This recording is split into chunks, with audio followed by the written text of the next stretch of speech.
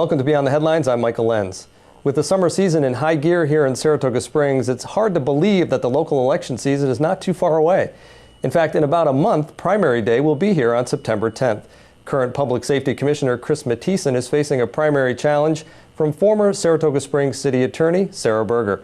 I'll talk with Commissioner Mathiesen about some of the issues facing the city and about his campaign when we come back.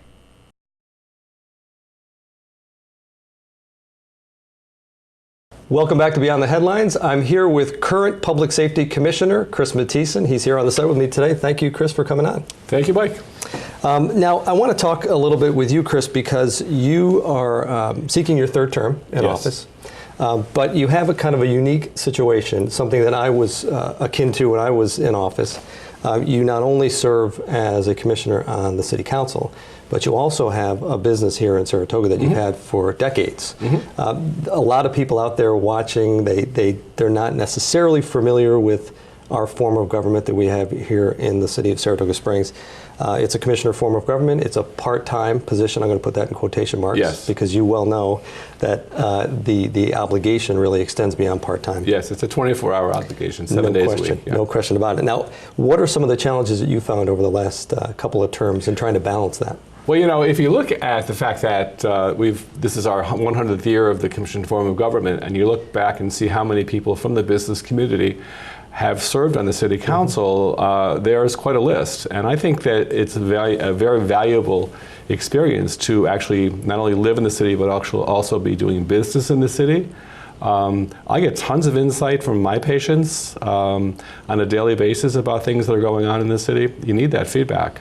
And they have the opportunity to hear from me.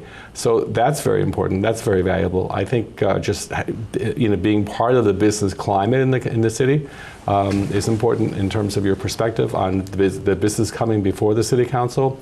Yes, it is a sacrifice, and yes, it is a compromise. It's a sacrifice because, as anyone who is in business for themselves knows, your time is very valuable. Your time is very tight anyway. And so you're adding this other responsibility into your life. So it impinges on your professional life, it impinges upon your personal life, your family life. And so, yeah, it's a difficult compromise. I'm running for my third term because I really do think that I bring an important perspective to the city council. I've lived here nearly all my life. I grew up here. I went to all the parochial schools. I graduated from St. Peter's Academy in 1968. Went on to Boston College. Got my bachelor's degree. Went on to dental school. Came back here in 1977 and opened my first practice on Broadway in 1978. I had my dental office in the downtown area for 30 years before I moved out to West Avenue. And so I have an interesting perspective on downtown and the issues of downtown. I've seen a lot of changes in my entire life being downtown, and especially in those 30 years being downtown every day. And so, yeah, I think those are really valuable aspects for anyone who's making these really important decisions that come before the city council. Again, a lot of people don't understand. Yes, I'm the Commissioner of Public Safety, which means I have purview, I have oversight of the police, fire, the parking enforcement, the traffic enforcement. But I'm also one of only 5 people on that city council who make all the decisions for all the business that comes before the city. You know that because you were Commissioner of Finance and the mayor. Sure. But a lot of people don't quite understand how our city operates. Well, we do. You wear both of those hats. You're administrative as well as legislative. Yes. And so there's a lot of work to be done in both of those areas. Yes. So it's really, really time consuming, as you mentioned. And you also want to point out to folks that before seeking public office, you had served on some of the boards here in Saratoga Springs. I was on the Zoning Board of Appeals. I served a full term on the Zoning Board of Appeals, which is a 7-year term, which is a great opportunity to learn about planning and zoning and get a perspective on that. During my 7 years, I had the opportunity to attend a lot of programs, a lot of courses on planning and zoning and city government and open government. Really important things that I think served me well on the city council and certainly have been very helpful over the past year and a half as we were going through the comprehensive plan. This year we finally approved the comprehensive plan, and unlike any other comprehensive plan that came before the city, this one was one in which what was presented to us by the Comprehensive Plan Review Committee was actually not complete, and so we had to complete it. And I think having that background was very helpful. Absolutely. Now, for the first time, you've had opposition in your previous campaigns, but this is the first time that you actually have a primary that you're. Yes, I have a primary this year. Coming up in just about a month, September 10th. September 10th. We have a primary. So. Yes. We've had Sarah Berger, who's a former city attorney, on as a guest. She had obviously expressed some concern with your particular department, as well as some of the things that have been going on in city government. She has been on the show saying that she chose to resign and step down from her position. I know that you've had a recent reader's view where your position is a little bit different than hers. So could you maybe clarify for our viewers? You had mentioned, I believe, that the council members had requested her to step down or had made a position about that? In September of 2014, after Sarah had been serving for barely 8 months, the members of the city council requested that Sarah Berger no longer serve. And so at that point in time, she, according to the mayor, after we all discussed this with the mayor, and all 5 members of the council agreed that it was time for Sarah to leave, the mayor suggested that she would talk to Sarah and offer her the opportunity to either resign or have her position terminated. And so Sarah did resign. At the time, Sarah offered a resignation letter that said something about her concern with ethics on the part of the city council, which is hard to understand because that was not the circumstances under which she resigned. It was rather disingenuous of her to offer such a letter. At the time, I just feel everybody felt it was best just to let things go, and so nobody really contested that at the time, not knowing that a year later she would be coming around to run for office. Do you have the ability, this may be confidential information, any sense of, a lot of people knew that she stepped down or knew that she resigned. Can you shed any light on the circumstances which led the 5 council members to say, we want you to resign? Each member of the council had a different issue. Public Works had a different issue than I did. I was working fine with Sarah Berger until August of 2000, well actually July of 2014. July and August of 2014, we were coming down to the final days in terms of approving contracts on the land transactions, the Collimer lot and the Union Avenue parcel. A number of the people who are behind Sarah Berger's candidacy are people who were adamantly opposed to the Collimer lot sale, including Tommy McTighe, who was involved in that lawsuit. So we were very surprised that Sarah Berger was acting very aggressively in terms of trying to find ways of opposing the finalization of those land transactions. Now, these were land transactions that were being finalized because of a resolution that was passed in December of 2013. And those resolutions had to do with the sale of the Collimer lot and the purchase of the Union Avenue parcel. We had 2 public hearings on December 3rd and December 17th. And then we had the vote it was 4-1 in approval of that resolution.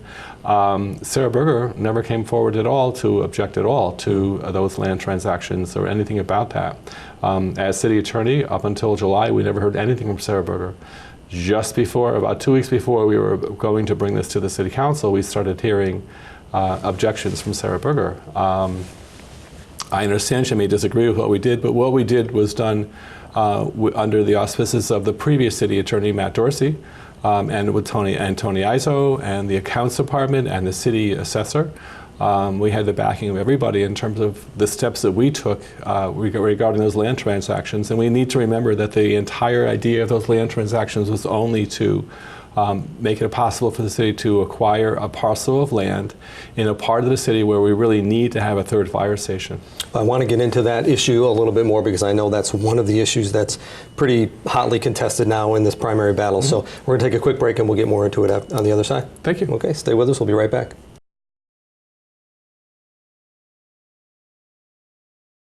Welcome back to Beyond the Headlines. I'm here with incumbent Public Safety Commissioner Chris Mathiesen. Chris, we were talking about the fact that you've got a primary coming up in September. Former City Attorney Sarah Berger has stepped up and is challenging you for that seat. One of the issues of contention has been this Colomer lot that you referenced in the previous segment. That process went through, that was approved by the City Council, and then subsequent to that, we've had a couple of things that have happened that, as you had mentioned, kind of threw a little curveball into the works. You had former city officials file a lawsuit. We also have the Attorney General who's doing an investigation. I know Sarah has been critical of that. I also know that you were one of 4 council members that sent a letter to the state agencies that were investigating the Colomer lot to basically say, let's wrap this thing up. We've got work to do. You're holding us up. She felt that that was not a letter that needed to be sent. She thought that it might be something that the Attorney General would quickly dismiss. She certainly has a different opinion on that, but could you bring our viewers up to speed on that process that you went through and where that issue is right now? The entire issue? Well, let's try to synthesize it down to about 45 seconds to a minute. Go. The Colomer lot, again, that was one of the 2 land transactions that would have made it possible for the city to acquire land on the Far East Side for a 3rd fire station, because we have a problem in terms of response times in the plateau. Yeah, that's been a discussion for decades. Yes, it has, and that's important to remember. This has been something that's been discussed for decades. So one of the problems we had is in 2007 a study was done, and the study determined that the best location for this 3rd fire station would be in the Union Avenue area near Gilbert Road and Meadowbrook, just east of the Northway exit 14. We have not been able to find any land that was available out there at all until finally we came across a parcel that was owned by Mr. Aronson. Now, Mr. Aronson also owns the Algonquin building at the corner of Ellsworth Jones Place and Broadway. The Algonquin building now is undergoing extensive renovations. And Mr. Aronson said to us, I would be willing to sell this parcel on Union Avenue at a reasonable price to the city if the city would be willing to sell the Colomer lot to me at a reasonable price too. That's quote, not to me, to Mr. Aronson. So we said, well, let's look into this. And we spoke to Larry Novick from Bonaccio Construction, who was trying to act as an intermediary on behalf of Mr. Aronson. We spoke to our city attorneys. We spoke to the accounts department. We spoke to a number of people and to find out if this was something that was doable. And everyone said, basically, when you have a situation where something is in the interest of the city, and certainly for a public safety purpose, that yes, this would be an unusual set of circumstances, but yes, we can proceed with something of this sort. So, since it was the only parcel, the only reasonable way of getting a parcel out there, we decided to proceed. The accounts department advised us that the next step would be to get an assessment. So we hired an independent company or appraisal, not an appraisal. We hired an independent appraisal company to do appraisals on the land on Union Avenue and the Colomer lot, and we suggested that Mr. Aronson do the same. Ultimately, the appraisal came down to $200,000 on the parcel on Union Avenue. Now, Mr. Aronson's interest had been seeking that land be sold for between $600,000 and $700,000. So this is significantly less and much more reasonable for the taxpayers to take upon. The appraisal for the Colomer lot was $775,000. The assessment of the Colomer lot is $512. Very much in range in terms of a ratio of an appraisal to assessment, and appraisal to what the city considers full market value, which is around $625. It's very favorable actually for the city to be selling that for $775. The Lolian's parking lot just down the street had been sold for $750. Oh, could you clarify for me also? I know that Mayor Yepsen was one of the one council member that didn't sign the letter that went down to the state agencies, and one of her quotes was that, or one of her positions was that an Albany County businessman had come forward offering more than $1 million. She was looking for a third appraisal. Can you confirm or deny that occurred? On the night that we were finalizing the contracts, during the public comment portion of the city council meeting, a man named Zapone came up to the mic and announced that he was offering. Well, he said he used two figures, 1.1 and 1.4 million dollars for the Commer lot. Now, this is a process. That was the night that you were to approve the. That was the night that we were finalizing the contract. The contract, okay. You know, Mr. Zappone never said a word about this through the entire year that we had done this procedure. Never came to the public comment, to the public hearings we had on these transactions.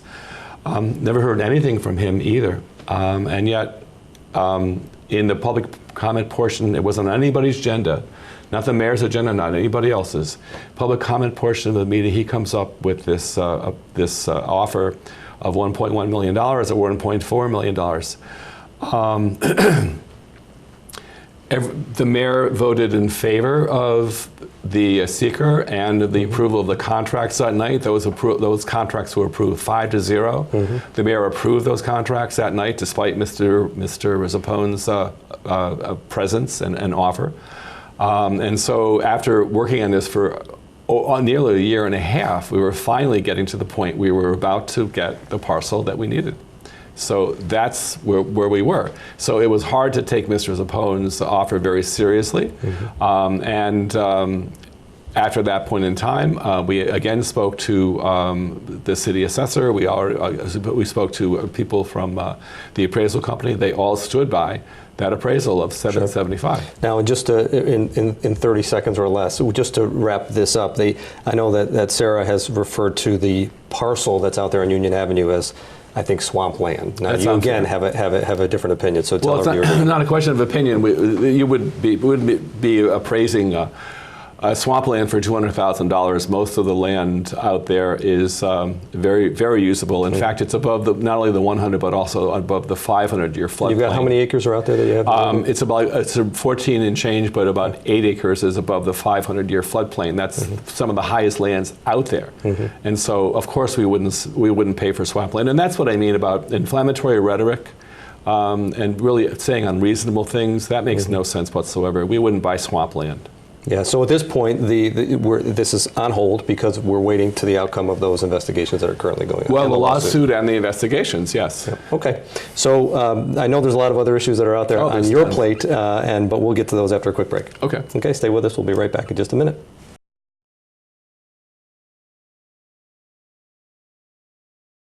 Welcome back. I'm here with Public Safety Commissioner Chris Mathiesen. Commissioner, one of the other issues that's been in the forefront of the headlines in recent months is the city center parking garage in particular, but also as it relates to that, this solar ordinance that a lot of people probably didn't even know existed, but it did, and it has had a significant impact on the progress of this particular project. There was an ordinance in place that essentially would have precluded the city center parking garage from being built because it would have been high enough that it would have blocked some of the sun's rays on those solar panels. Yes. So that prompted Commissioner Madigan to bring forward a resolution to change the solar ordinance. So I know the council voted 3-2 to change that. Tell us a little bit about your position on that and how that process worked itself through. You know, in 7 years on the Zoning Board of Appeals, that issue had never come up. Apparently it was an ordinance that was established in 1992, so it's an older ordinance. It became apparent to a lot of us that not only was this ordinance interfering with the city center garage, but it would also interfere with any use of that parcel in the future. And so Commissioner Madigan decided to bring this change, this amendment to the ordinance to the City Council, only for the T6 area, which is the downtown area, so that this ordinance would not hinder future projects. I don't think anybody in 1992 was anticipating that this ordinance could interfere with what the comprehensive plan was calling for in 1999 and 2001, which is up to 70-foot buildings in our downtown district. Mm-hmm. And so if you have a relatively short building next to a building that's being planned to basically infill our downtown, which is what we want, that's part of our comprehensive plan to try to increase the intensity, the density of development in our downtown. You have to build up to do that.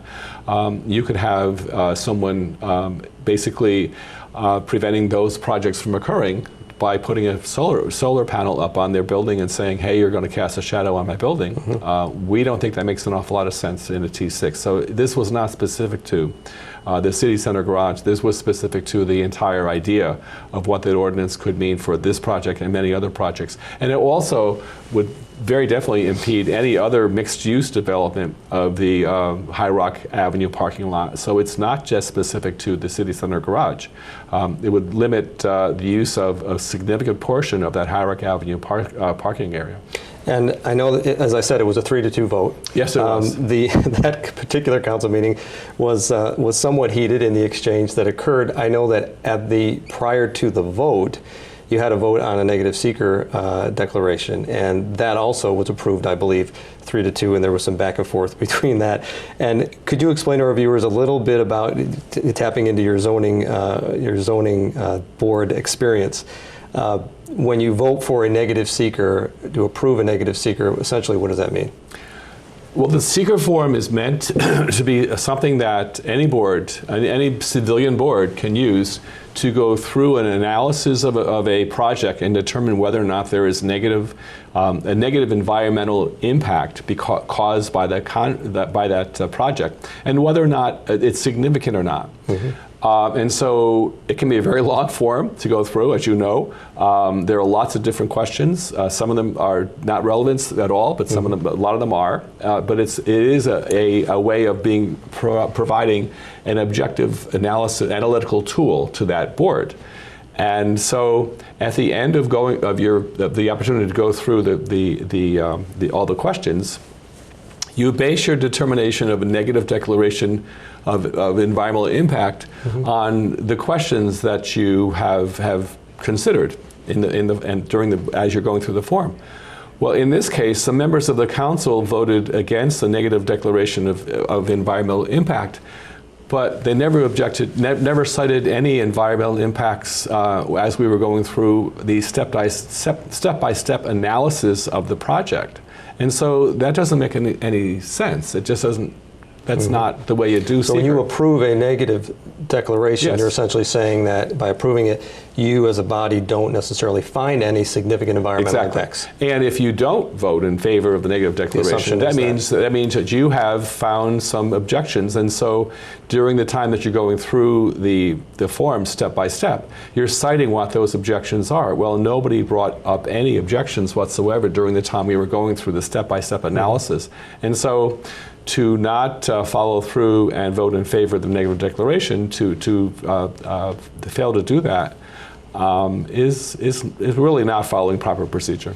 Now the vote has been taken. Now the ordinance has been changed. So that eliminates one potential hurdle now for the continuation of the project, the city center parking garage. Yes.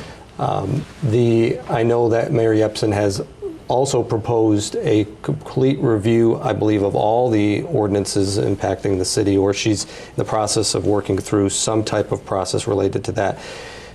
The city center parking garage project, where does it stand now? Are you in favor of it as a standalone entity, or are you more in favor of where Sustainable Saratoga is coming from, which is they want to have that whole entire parcel looked at in its total and come up with some RFPs for developing that entire parcel? I'm the person who came before the City Council and said we need to look right now to see if there are any other possible approaches that are workable here. I'm the person who suggested, after attending the High Rock Avenue or the High Rock parking lot forum that they had at the library in late June, and listening to some of the ideas that were brought up, that we need to hear now if there are any other possible proposals that would meet the needs of the city center, meet the needs of the city, the parking needs of the city and otherwise, and at the same time make it possible for a mixed-use process or mixed-use development there. And so, yes, we need to hear what those other possibilities are. We haven't heard anything. There have been no formal proposals for any other alternative here. The city center is a very important part of the life of our downtown. I will say over and over again how the difference between downtown before and after the city center is like you're turning on a switch. It turned our downtown into a 12-month-a-year economically viable area. And I'm sure you experience the same thing on Broadway.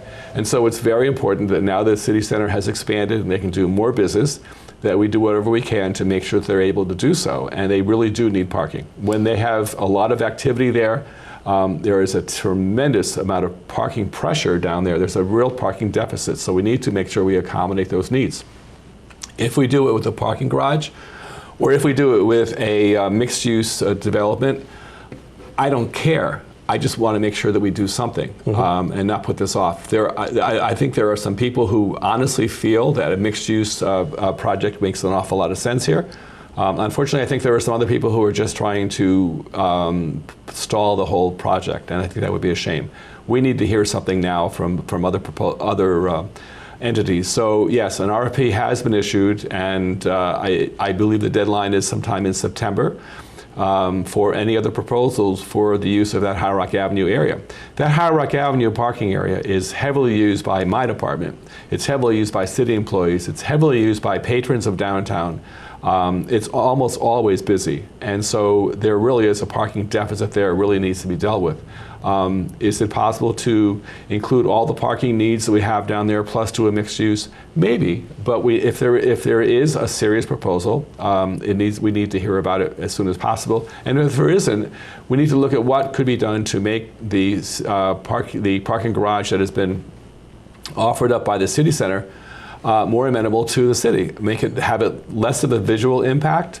Certainly, I would like to see less of the surface area of the parking lot taken up by that parking garage. I would like to see the entrances changed so that they don't take up as much of the surface area, so that if there is mixed use of the rest of the lot at some point down the road, more of that surface lot would be available. Well, certainly it's an issue that's not going away anytime soon. It's not going away, but it's a serious issue, and we really need to come to terms with these needs. Absolutely. Now, Commissioner, we're just about out of time, so I want to thank you for coming on. Best of luck in the primary and in the general election if it proceeds that way for you, and thanks again for coming on. I know there's a lot of issues out there facing this city. So an awful lot of issues. Yeah. Thank you very much. Thank you. Stay with me. I'll be right back in just a few minutes.